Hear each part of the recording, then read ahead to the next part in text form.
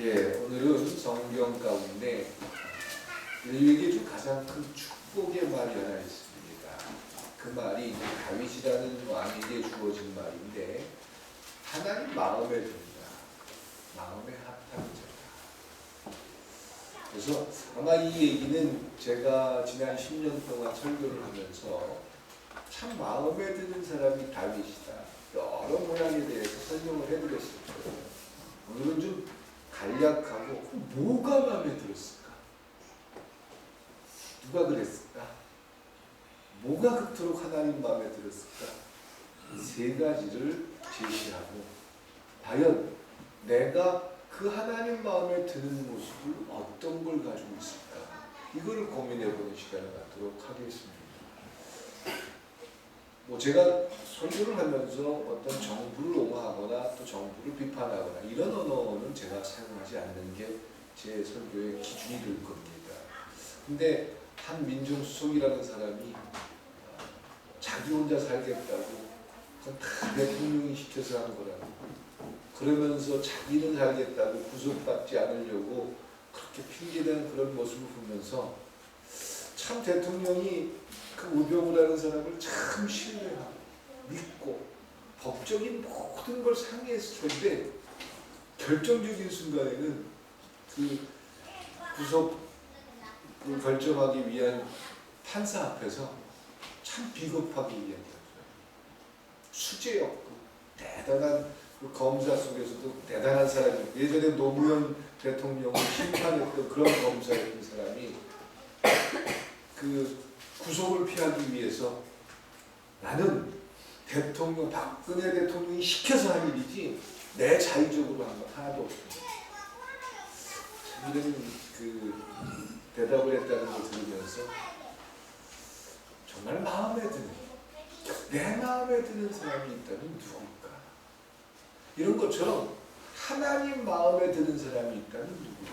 그 사람은 이제 성경 속에서 정해졌어요. 다윗이라는 사람. 뭐가 마음에 들었을까? 여러분들이 하나님 앞에 예배를 드리러 나온 이 시간 속에서 과연 난 이런 게 참 하나님께서 이뻐할 것 같아. 하나님이 날 이것만큼은 우리 교회 안에서 나를 제일 칭찬할 것 같아. 혹시 이런 게 있으십니까? 그런 게 뭐가 중요합니까? 내가 예배 시간에 나와 주는 게 중요한 거지. 그럴까 싶습니다. 사람들이 세상을 살아가면서 참 중요한 게 마음에 드느냐 들지 않느냐, 이건 참 중요한 거예요. 옛날 70년대, 60년대 노래, 노란 샤스 입은 사나이. 노래 아마 조골사님 아시죠? 잘 아시죠? 노란 샤스 입은, 말하면 그 노란 샤스 입은 사나이가 그 좋은 이유는 노란색을 좋아한 것도 있지만 말이 없는 사람이었다. 그래가지고 그 가수는 그 가사 속에서는 그 노란 샤스 입은 사람을 좋아하는 어떤 이미지가 있는 거예요. 마찬가지로 하나님이 하나님 마음에 드는 사람, 또 우리도 살아가면서 참 내 마음에 드는 사람이 있고 안 드는 사람이 있어요. 저는 우리 성도님들 모두를 다 사랑하고 또 마음속에서 아파할 때도 있고 최선을 다해서 하나님의 마음을 가지려고 애를 씁니다. 살아가면서 마음에 드는 사람, 우리 사업을 하시는 우리 장로님이나 또 우리 안권사님 이런 분들 보면 직원을 뽑을 때 뭐가 기준이 되십니까? 스펙도 중요하고 능력도 중요하고 여러 가지가 있지만 사장 마음에 안 들면 소용이 없는 거예요. 마음에 안 들어요. 그 마음에 든다는 건 참 중요한 거예요. 내 마음에 든다는 거. 그래서 어떤 사람이 참 마음에 드는 사람일까? 하나님 마음에 드는 사람은 어떤 사람일까? 사무엘상 8장과 13장에 보면 이스라엘 백성들이 왕을 요구하고 왕을 선택하게 됩니다. 그러니까 다윗이 왕에 오르기 한 40년 전이지요. 사울 왕이 40년 정도 통치를 했습니다. 그러니까 40년 전에 이스라엘 백성들이 그 당시에 왕을 요구하게 된 이유가 엘리 제사장, 그 다음 이제 사무엘 제사장인데, 엘리 제사장이 그 하나님 앞에 부끄러웠어요. 나이가 들면서 구별을 할 줄 모르고 그 엘리 제사장의 아들들은 홈리와 비느하스인데 이 제사장의 아들들이 하나님 앞에 부끄러웠어요. 그래서 하나님의 신이 그 제사장을 떠났습니다. 그런 상황에서 주변의 여러 나라들은 대부분들 다 왕을 갖고 있는데 이스라엘은 왕이 없었던 거예요. 그래서 백성들이 하나님 앞에 끊임없이 요구하기를 우리도 왕을 좀 주십시오. 우리도 다른 나라처럼 왕권 시대, 왕이 있는 나라가 됐으면 좋겠습니다. 이런 걸 요청해가지고 나중에는 사울을 왕으로 뽑게 되는 그런 장면이 나옵니다. 그런데 그 당시에 이스라엘 백성들이 원하는 왕의 모습과 하나님이 원하는 왕의 모습은 조금 달랐어요. 이스라엘 사람들이 원하는 우리나라의 왕 정도 되면 이런 어떤 기준들이 있는데 아마 그 유럽이나 미국 쪽에 있는 또 사람들의 기준과 비슷했던 것 같아요. 그러니까 첫 번째 페이스입니다. 어떻게 생겼느냐, 공유처럼 생겼느냐, 조인성처럼 생겼느냐, 이런 게 중요했던 거예요. 이왕 우리나라 왕이면 좀 다른 나라보다 얼굴도 좀 잘생겨야 된다, 이런 게 기준이었다는 거예요. 또 하나 이스라엘 백성들이 원했던 거는 키가 크냐 작냐, 키도 좀 커야 되겠다. 남들보다 어깨 하나는 건 이렇게 좀 높아져가지고 좀 등치도 있고 큰 사람이면 좋겠다. 이게 그들의 기준이었다라는 겁니다. 뭐 키가 작으신 분들을 제가 폄하하거나 절대 그런 마음은 없습니다. 근데 요즘 젊은 그 머리가 좀 이렇게 좀 작은 사람들, 생각이 짧은 사람들은 신랑감의 기준에 대해서 또 남자에 대한 기준을 키로 하는데 제일 첫 번째 그 조건이 키도 큰 남자가 첫 번째 남자예요. 그리고 두 번째는 키만 큰 남자. 세 번째는 키만 작은 남자. 키만 작은 남자. 다른 건 다 가졌는데 키만 작아요. 마지막 꼴찌는 키도 작은 남자. 이게 꼴찌라고. 그러니까 이거는 그냥 인터넷에 떠도는 어떤 그 젊은 사람들이 써놓은 글이니까 혹시 이 말을 듣고 오해는 없으시기 바랍니다. 그러니까 제가 그게 옳다는 게 아니라 정신 나갔다는 거예요. 그런 것들이 사람의 기준이 돼서는 안 되는데, 아니 저기 신집사님 남편을 결정할 때 얼굴 보고 결혼했어요? 키 보고 결혼했어요? 결혼해가지고 그것도 사는 거 아니잖아요, 그렇죠? 네. 그러니까 결혼의 기준은 그런 것들이 기준이 돼서는 안 돼. 근데 그 당시에 이스라엘 사람들은 그런 것들을 기준으로 왕의 조건을 요구했다라는 거예요. 그래서 그 당시에 키도 크고 수려하게 생긴 사울이라는 사람, 그 사람을 뽑아다가 이 사람을 왕으로 세워달라고 요구를 하게 됐던 겁니다. 그리고는 사울이라는 사람이 왕이 됐죠. 그런데 하나님의 기준은 그런 이스라엘 사람들의 기준과는 조금 사뭇 달랐다라는 겁니다. 오히려 하나님 보시기에 다윗이라는 사람, 이 사람은 그 아버지인 이새조차도 왕감이 아니다라고 생각했어요. 그러니까 어떤 걸 보면 알 수 있냐면, 이제 사울 왕이 치기를 하고 있는데 사울 왕이 하나님 앞에 부끄러운 모습을 많이 가지면서 하나님의 신이 떠났다는 것을 사무엘이 알게 됐습니다. 그래서 사무엘이 하나님의 말씀을 듣고, 그리고 어느 집에 가서 이새라는 사람의 집에 가서 아들들 중에 하나를 뽑아서 왕으로 세울 거다, 기름 부음을 하겠다라고 사인을 주십니다. 그래서 사무엘이 이새의 집에 찾아갑니다. 이새는 다윗의 아버지입니다. 그래서 미리 통보가 갔죠. 미리 전화를 했죠. 문자를 보냈죠. 그래서 이새한테 내가 이 나라의 사무엘인데 내가 이제 하나님의 심부름을 받고 당신 집에 가서 당신 아들들 중에 하나에게 내가 이제 기름 부음을 할 테니까 아들들을 준비시켜라. 이렇게 문자를 보냈어요. 그랬더니 이새가 그 얘기를 듣고 아들들을 준비시켰습니다. 이세 아들들 중 가운데 첫 번째 아들은 굉장히 수려하고 키도 크고 잘생겼습니다. 그런데 이세가 판단할 때 다윗은 아니에요. 다윗은 아니에요. 이 왕감이야. 생긴 것도 그렇고 또 키도 작고, 그리고 이세가 판단할 때는 왕으로는 그냥 성실하고 근면하니까 또 자기 맡은 일을 참 열심히 하니까 그냥 가서 양이나 치는 목동이 맞지 저런 주제의 왕은 언감생심이에요. 그래서 이새는 아들들을 다 집에 데려다 놓고 딱 하나 다윗만큼은 야 너 가서 너는 아니니까 네가 생각하면 아니지? 너는 아니니까 너는 들에 가서 양이나 치고 있어. 사무엘이 와서 아들들을 다 봅니다. 그리고 조용히 하나님 앞에 기도하는데 모든 아들들이 아니에요. 하나님의 신이 사무엘의 입에서 축복을 하고 기름 부음을 해야 되는데 하나님께서 아니라고 하시는 거예요. 그래서 이새에게 이야기합니다. 아들들이 다냐? 더 없냐? 그랬더니 이새가 아니 하나 있긴 있습니다. 근데 걔는 아니에요. 걔는 아니에요. 이럴 수가 있느냐? 데려오더라. 그리고 다윗이 불려옵니다. 그때 하나님의 신이 강하게 사무엘에게 임합니다. 바로 이 사람이다. 그러니까 사람이 보는 눈과 하나님을 보는 눈은 결코 같지 않다. 저 사람은 참 교회에 멋진 일을 할 것 같아. 사람들이 보는 것과 하나님이 보는 것은 다를 수 있다는 거죠.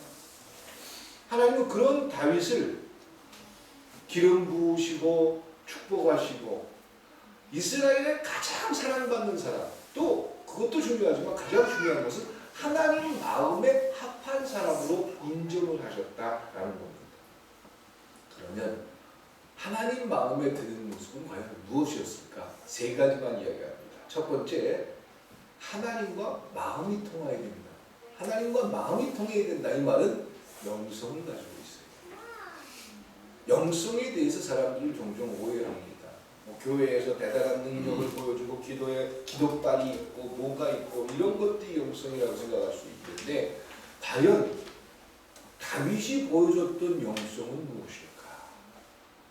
그러니까 하나님 마음을 가지고 있었던 그의 모습, 하나님 마음을 가지고 있었던 하나님 뜻이라면 그 뜻에 순종하겠습니다라는 그런 고민과 갈등을 할 수 있는 사람들은 영성을 가진 사람들인데 캐톨릭의 교황 되시는 분이 그저께인가 뉴스에 보니까 대단한 말을 하셨더라고요. 교회 다니면서 천주교를 이야기합니다. 교회 다니면서 위선적으로 사는 사람들은 하나님의 심판이 있습니다. 오히려 교회 안 다니는 사람들이 하나님에게 인정을 받을 수 있습니다. 그것도 교회의 수장인 교황이 그런 말을 했어요. 그러니까 어떤 사람들을 대상으로 했냐면 교회 다니면서 회사를 운영하는 사장들이 자기 직원들 월급도 제대로 주지 않고 자기는 교회에서 뭐 대단한 직분이라고 그러면서 교회에다 헌금 많이 내고 대단하게 착한 일을 많이 하는 것 같지만 자기의 현실 살면서 직원들 월급도 띄어먹고 이런 사람은 하나님이 절대로 가만 놔두지 않을 것이다 라고 아주 무서운 말을 합니다. 실은 이 말은요, 교회 밖에도 구원이 있을 수 있다라는 굉장한 그런 말을 전한 거기도 합니다. 제가 그 말이 옳다 그르다 이렇게 평가하지는 않겠습니다. 학문적으로 접근해야 됩니다. 근데 중요한 것은 내가 교회 다니고 있기 때문에 내 삶에서 뭐 사장하면서 적당히 세금 띄어먹고 뭐 직원들 등치고 월급 주기로 한 거 좀 띄어먹고 사람들 저기 나중에 퇴직금 많이 줘야 되니까 그거 좀 대충 적립해서 안 주고 다른 사람들하고 계약하면서 그건 남들 다 그렇게 하는 거니까 나도 그렇게 해야 돼. 그렇게 안 하면은 사업 제대로 못해. 이렇게 생각한다면 하나님은 결코 그것을 가볍게 보지 않는다라는 사실을 기억하시기 바랍니다. 사람들 앞에 어떻게 평가받느냐? 이것을 생각한다면 영성이 죽은 사람들입니다. 내가 교회의 장로인데, 내가 교회의 권사인데, 우리 교회에서 성도들이 날 어떻게 평가할까? 이것이 늘 문제라면 그건 영성이 없는 거예요. 영성은 하나님 앞에 내가 장로로서, 하나님 앞에 내가 권사로서, 하나님 앞에 집사로서 어떤 기준과 가치를 가지고 있느냐. 이것이 고민이 될 수 있길 소망합니다. 그럼 하나님의 생각과 사람의 생각은 무조건 다르다? 그렇지 않을 수도 있습니다. 사람들이 보는 눈과 하나님의 눈이 같을 수도 있고 다를 수도 있습니다. 근데 중요하게 생각해야 되는 것은 사람들이 나를 내가 장로인데 사람들이 나를 어떻게 볼까? 내가 권사하는 사람들이 나를 어떻게 볼까? 이런 것들보다는 하나님이 나를 어떻게 평가하실까? 이것이 늘 삶의 초점과 또한 내가 결정하는 결정의 중요한 시간이 될 수 있기를 소망합니다. 무슨 말이냐면 이런 말입니다. 영성이라는 건 어떤 기도의 능력 또 교회의 여러 가지 반복되는 일들 그런 것들을 많이 하고 못하고 이런 것들의 가치와 기준이 아니다라는 겁니다. 내 상황과 상관없이 오늘 교회에 나올 상황과 교회에 나올 기분과 교회에 나올 모든 것들이 다 완벽하게 다 갖춰졌습니다. 그러니까 독재비에서 공유가 김고은한테 오늘같이 좋은 날, 저 멋진 날, 이렇게 프로포즈하는 그런 장면이 있잖아요. 오늘 교회 나오기에 가장 멋진 모든 것들이 준비된 날이셨습니까? 아니죠. 그렇지 않아요. 그런데 그렇지 않음에도 불구하고 하나님 앞에 예배하는 것이 중요하고 심지어는 어제 저녁 때 부부싸움을 했을 수도 있어요. 또 고통스러운 사업을 하다 사업이 망했을 수도 있어요. 또 굉장히 어려운 일 때문에 밤새 울다가 아침에 눈을 뜬 사람도 있어요. 그런데 아무리 영성이 강하건 강하지 않고 상관없이 오늘 내가 예배드릴 기분이 아니야. 이런 기준과 가치를 가지고 하나님 앞에 예배드리는 행위조차도 자기 마음대로 결정한다면 영성이 있는 겁니까 없는 겁니까? 전혀 그런 걸 영성이라고 이야기할 수 없어요. 그러니까 내 기분이나 내 감정, 내 상황들과 상관없이 하나님의 결정과 판단 때문에 소중하게 붙들 수 있는 것, 그것이 하나님 마음에 드는 자의 모습이고 또한 영성을 가진 자의 삶일 줄 믿습니다. 그런 것들이 원칙이 되어야 되는 거지. 사람들이 신앙생활 1, 2년 하신 게 아니잖아요. 그렇죠? 벌써 30년, 40년, 50년 이상 하신 분들도 계시는데 참 막 신앙이 뜨거울 때도 있고 어떨 때는 막 교회 오는 게 막 신날 때도 있고 어떨 때는 교회 오는 게 막 지겨울 때도 있고 그런 모든 과정들이 누구에게나 다 있잖아요. 어떨 때는 기도하면서 대단한 것이 보일 때도 있고 어떨 때는 참 아무리 기도해도 하나님이 대답해 주지 않는 것 같은 그런 마음 때문에 답답함을 느낄 때도 있습니다. 그러나 그런 것과 상관없이 언제나 내 마음속에서 하나님에 대한 존재에 대한 하나님의 믿음에 대한 하나님에 대한 그런 고백을 분명히 가질 수 있는 것이 영성이지, 기분 좋을 때와 기분 나쁠 때, 내 상황이 좋을 때와 내 상황이 좋지 않을 때 이런 것들이 철저히 구별된다면 그들은 아무리 영성 얘기해봤자 소용이 없다는 것입니다. 그런 부분에서 마음에 들었던 사람이 바로 다윗이었다. 다윗의 삶을 가만히 여러 번 말씀을 드렸으니까 간단하게 말씀드릴게요. 기름 부음 받았으면 바로 왕이 돼야 되잖아요. 근데 대략 35년, 거의 40년 가까이를 떠들었어요. 그것도 장인인 사울에게 죽임을 당할까봐 도망다녔어요.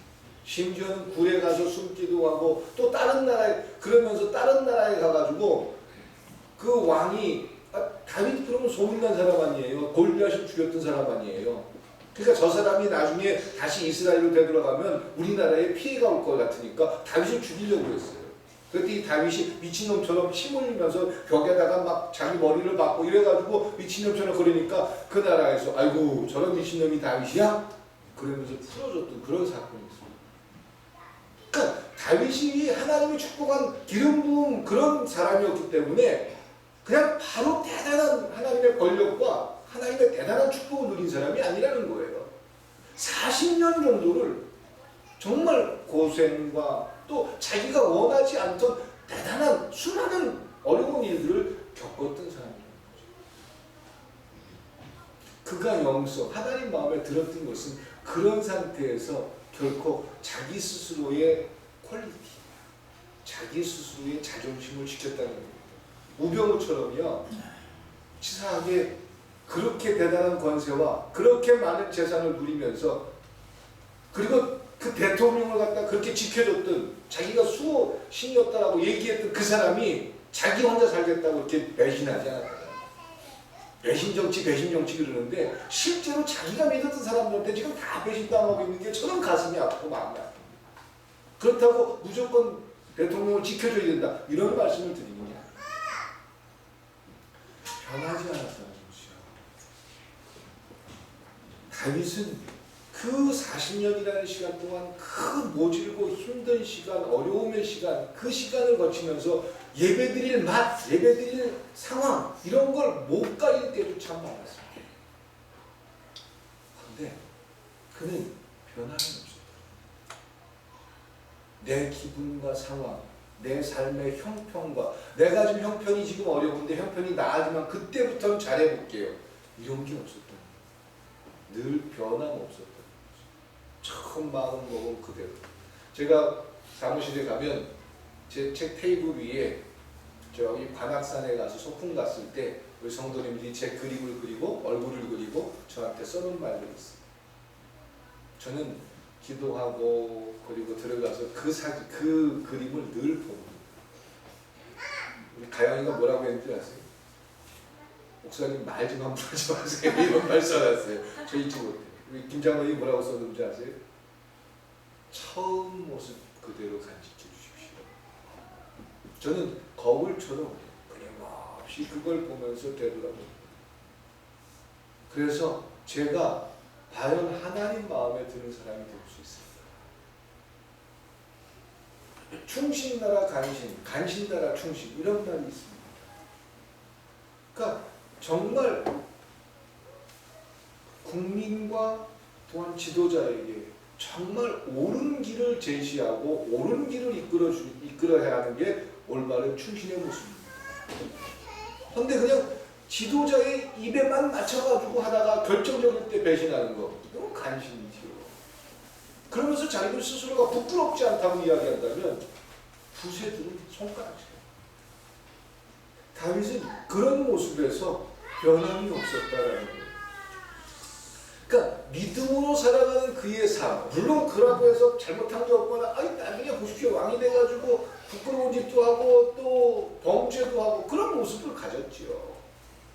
그런데 늘 하나님 앞에서만큼은 변함이 없었다.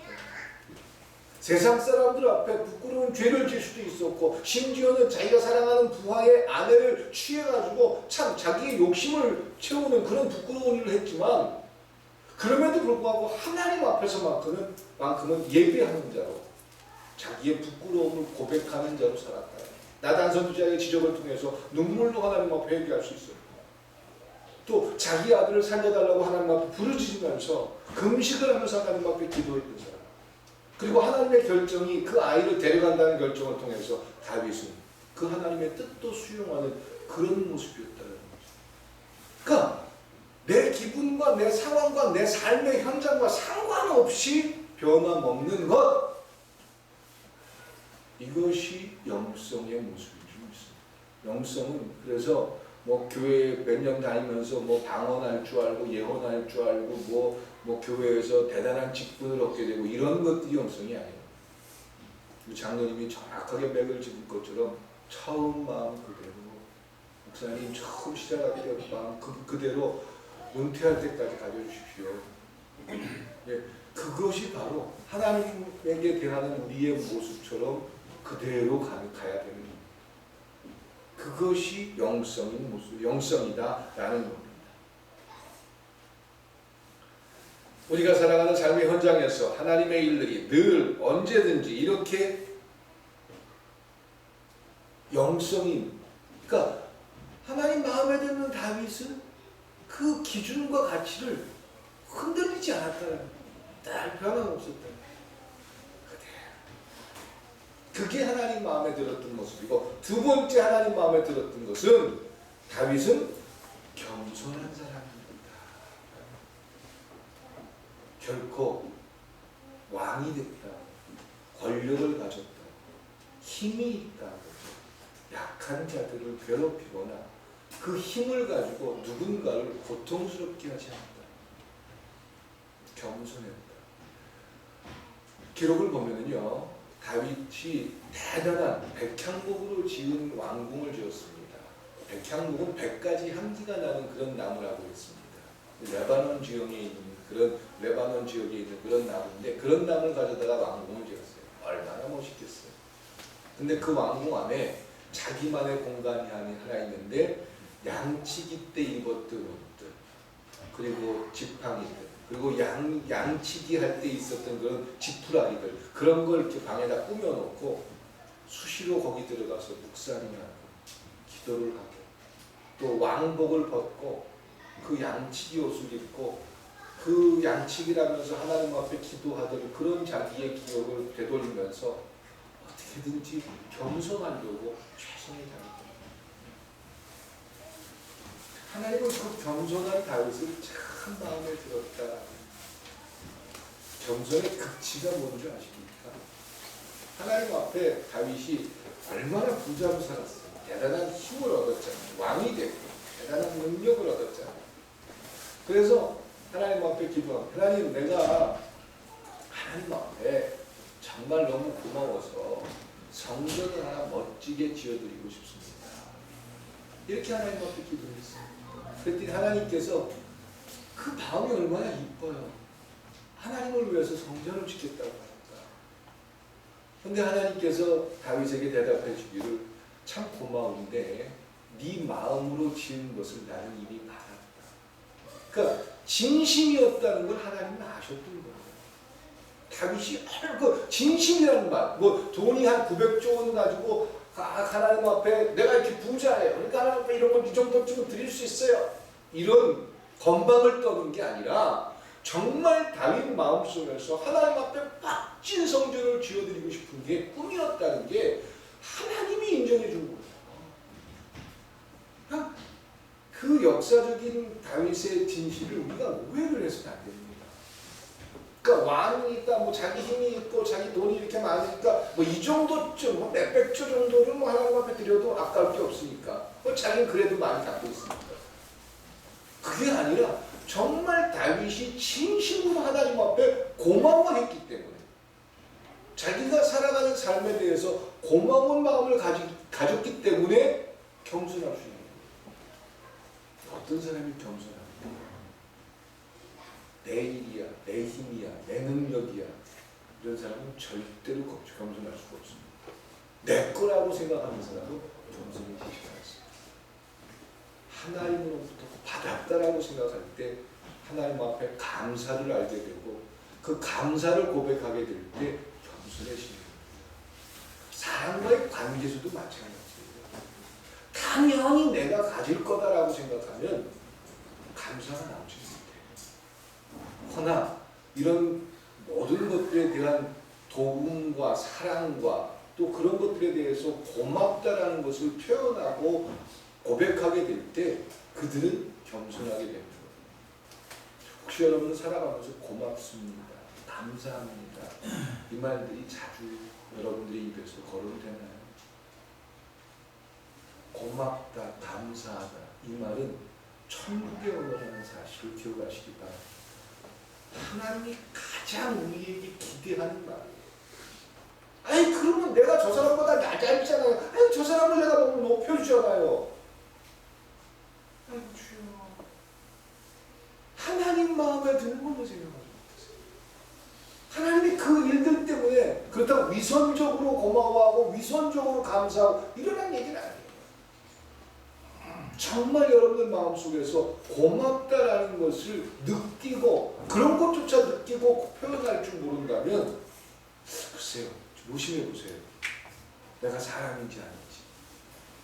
사람이라 하나님의 마음을 가진 자라면 다윗이 하나님 앞에 성전을 지어드리겠습니다. 이건 자기 과시나 자기 능력을 보여주기 위한 모습이 결코 아니라 다윗이 가장 안타까워했던 건 하나님의 법궤는 그 천막에 있는데 자기는 백향목집에 살고 있거든요. 물론 하나님께서 그 법궤 속에 있진 않아요. 그러나 표현적으로 볼 때 법궤는 하나님으로 대원되는데 그런 하나님이 그런 천막에 있다는 게 다윗의 마음이 아팠거든요. 아마 이건 다윗의 진심이었을 거예요. 진심을 가지고 하나님 앞에 기도하고 제가 좀 멋지게 이왕 천막에 있는 거 제가 멋진 집을 하나 줘드리면 어떨까요? 하나님은 진심을 알기 때문에 겸손한 자의 고백을 알기 때문에 기뻐하셨습니다. 그런데 하나님은 거절하셨습니다. 왜? 전쟁을 많이 하면서 그 전쟁으로 만들어진 그 많은 피들이 하나님은 원치 않았을 것입니다. 또 하나는 다윗의 겸손을 보고 싶었는지도 모릅니다. 진짜 마음에 들까? 그럼 어떻게 해야 됩니까? 어떻게 시험할 수 있습니까? 하나님이 아브라함을 시험했던 것처럼 다윗을 시험할 수도 있었을 겁니다. 만약에 진심으로 하나님을 사랑하는 마음에서 성전을 짓기로 했다면 하나님이 어떤 결정을 하든지 그 결정에 대해서 불만을 토로할 수 있습니까? 없습니까? 없지요. 그런데 하나님이 다윗의 뜻대로 해주지 않는다면, 다윗이 그걸 듣고 화가 나거나 기분이 언짢다면 그 마음속에 진심이 있는 겁니까? 진심이 없는 겁니까? 진심이 없는 거죠. 아주 자연스럽게 다윗은 하나님의 대답을 듣습니다. 손에 피라는 핑계를 댈지 모르지만 하나님은 다윗에게 얘기하죠. 내 손으로 지은 성전을 나는 허락하지 않겠다. 난 받지 않겠다. 그러면 해주겠다는데 참 기가 막혀서 내 돈 가지고 하겠다는데 자연스럽게 이런 게 나오잖아요. 안 그래요? 그렇죠? 김용훈 목사님이 100만 원 갖고 목사님 이걸로 제가 뭐 좀 사드리고 목사님 쓰세요. 그럴 거죠? 근데 제가 싫어. 나 안 받아. 그럼 어떻게 보면 어떻겠어요? 아니 이런 사람이 다 있어? 얼마나 지가 목사는 목사지. 내가 다시는 내가 너한테 갖다 줘. 그런 마음 들겠어요? 안 들겠어요? 또 신입사람이 그렇게 그런 마음 들겠죠? 네. 그러지 마요. 다윗도 그랬을 거라는 거죠. 얼마나 기가 막힌 일이에요. 900조 원이라는 값어치를 갖고 하나님 앞에 성전 짓겠다고 저 청사진 딱 만들어갖고 갔는데 하나님 실패해요. 화나야 되잖아요. 그런데 다윗은 알고 있습니다. 근데 왜 제가 성전을 지어드릴 수 없죠? 제 손에 피가 너무 많이 묻혀졌고 전쟁이라는 그런 걸 통해서 많은 사람들을 죽였기 때문이라고 알겠습니다. 받아들이겠습니다. 그러면 저 말고 제 아들이 성전을 짓는다면 어떨까요? 저는 비록 성전을 볼 수 없지만 제가 죽기 전까지 제가 준비한 이 900조 원을 가지고 제 아들이 지을 수 있도록 준비해 놓겠습니다. 이것도 안 될까요? 하나님이 안 된다고 했으면 다윗은 바로 포기했을 겁니다. 하나님은 그런 다윗을 보면서 어떤 마음을 주셨을까? 야, 내가 안 된다고 하는데도 그걸 저렇게 그냥 받아들이는. 김영우 쌤 저한테 그렇게 대단한 걸 갖고 왔는데 제가 됐습니다. 그냥 가십시오. 그런데 김영우 쌤 전혀 마음에 상처도 안 받고 이 목사님이 충분히 고민한 이유가 있겠지. 그리고 변함이 없어요. 제 마음을 느꼈어요. 정말 대단합니다. 정말 신뢰합니다. 하나님 마음이 그런 거예요. 그게 바로 겸손이다. 그러니까 참 어릴 때 우리 이런 표현들을 많이 해요. 내가 청소하려고 그랬는데 공부하려고 그랬는데 엄마가 청소하라고 그래서 내가 가기 싫어. 내가 그렇지 않아도 여기 치워놓고 공부하려고 했는데 공부하려고 했는데 공부하라고 해서 내가 가기가 싫어. 누구 위한 거야? 자기를 위한 부모의 말인데 그렇게 우리의 심성 자체는, 우리의 성품 자체는 자기 자신이 드러나는 것을 싫어하고 자기 자신의 부끄러움이 드러나는 것을 대해서 굉장히 아파해야 합니다. 근데 다윗은 참 하나님 마음에 들었던 모습이 어린아이와 같이 겸손했다. 아빠나 뭐 해주세요 하고 와서 아이가 아빠에게 부탁을 해요. 아빠 나 이거 열어주세요. 그냥 순수하게 그런 마음을 가지고 그 마음이 변하지 않고 그리고 그 하나님 아버지가 결정하는 결정이 내 마음에 정말 불쾌하고 원망스러웠는데도 그리고 그것을 수용했잖아. 그것이 겸손한 자의 모습인 줄 믿습니다. 세 번째로 뭐 강아지 끌고 세 번째로 다윗이 하나님 마음에 들었고 첫 번째로 어떤 모습이다? 다윗의 영성. 두 번째는 다윗의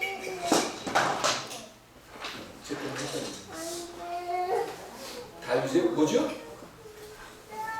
원래 하얘지죠? 겸손함. 죄송합니다. 확 머릿속이 하얘지네요. 세 번째는 다윗의 성실함과 슬기로운 모습, 성실성. 자, 그렇게 겸손한 사람이었고 겸손한 왕이었기 때문에 그의 삶은 늘 성실했다. 성실. 맡은 일에 최선을 다합니다. 하나님은요, 맡겨진 일에 최선을 다하는 사람을 기뻐하고 사랑하고 인정합니다. 자기가 맡은 일을 회피하고 또한 하지 않는 사람을 결코 하나님은 인정하지 않습니다. 성경에 나와 있는 수많은 사람들, 다 그들의 짧은 삶을 산 사람도 있고 긴 삶을 산 사람도 있지만 다 최선입니다. 여러분들은 여러분들의 삶에서 최선을 다하십니다. 어떤 게 최선을 다하는 겁니까? 예, 내 자신에게 부끄럽지 않게 사십니다. 아주 열심히 먹고 열심히 계획을 세우고 진행하고 열심히 사는 거예요. 그리고 최대한 즐겁게 사십니다. 미국의 카네기 공과대학에서 실패한 사람들을 쭉 추적을 해가지고 조사를 했어요. 사례들을 쭉 연구해봤어요. 그러면서 인생을 실패한 사람들의 이유를 여러 모양으로 분석해봤어요.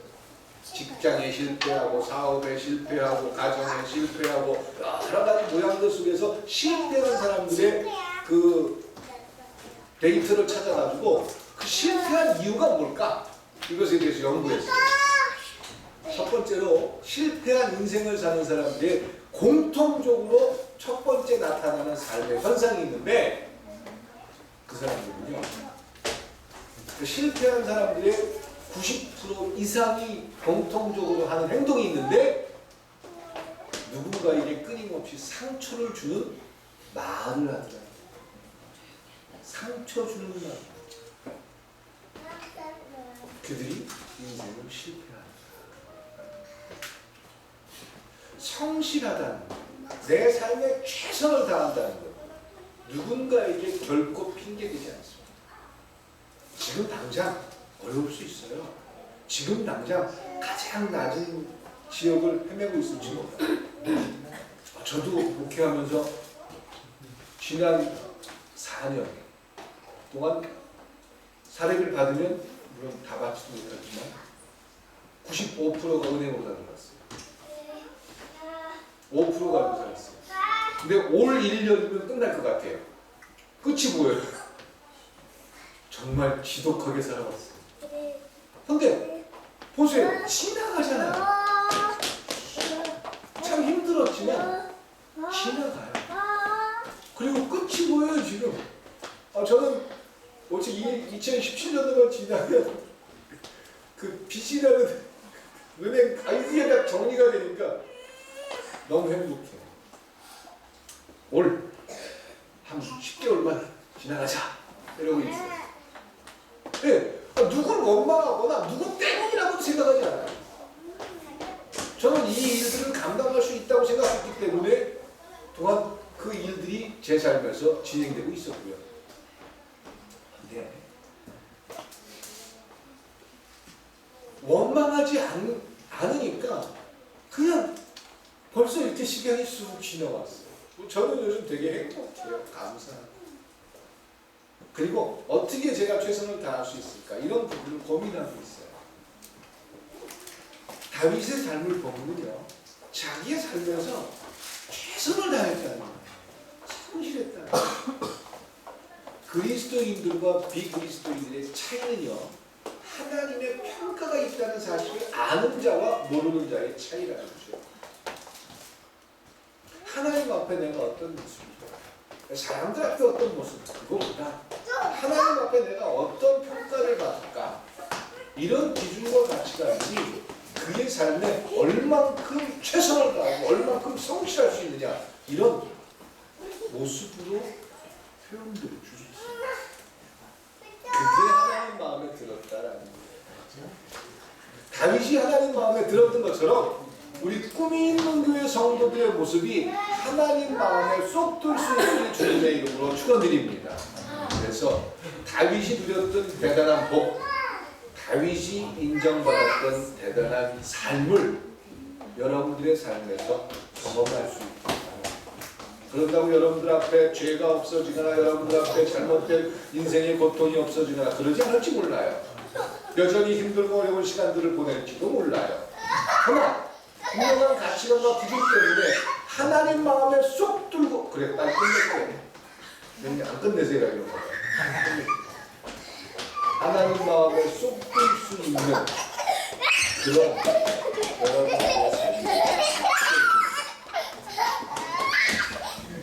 후회하지 않아. 시간이 지내오면서 내가 그 해에 2017년도에 그때 내가 좀 더 열심히 살고 그때 정말 목숨 놓고 기도하고 그때 내가 정말 그걸 한번 해보고 이런 후회가 없는, 하나님 앞에 후회가 없는, 정말 하나님 앞에 그런 여러분들은 기도될 수 있는 주님의 축원합니다. 기도를 드리겠습니다. 사랑과 은혜의 하나님, 다윗이 하나님 마음에 들었던 모습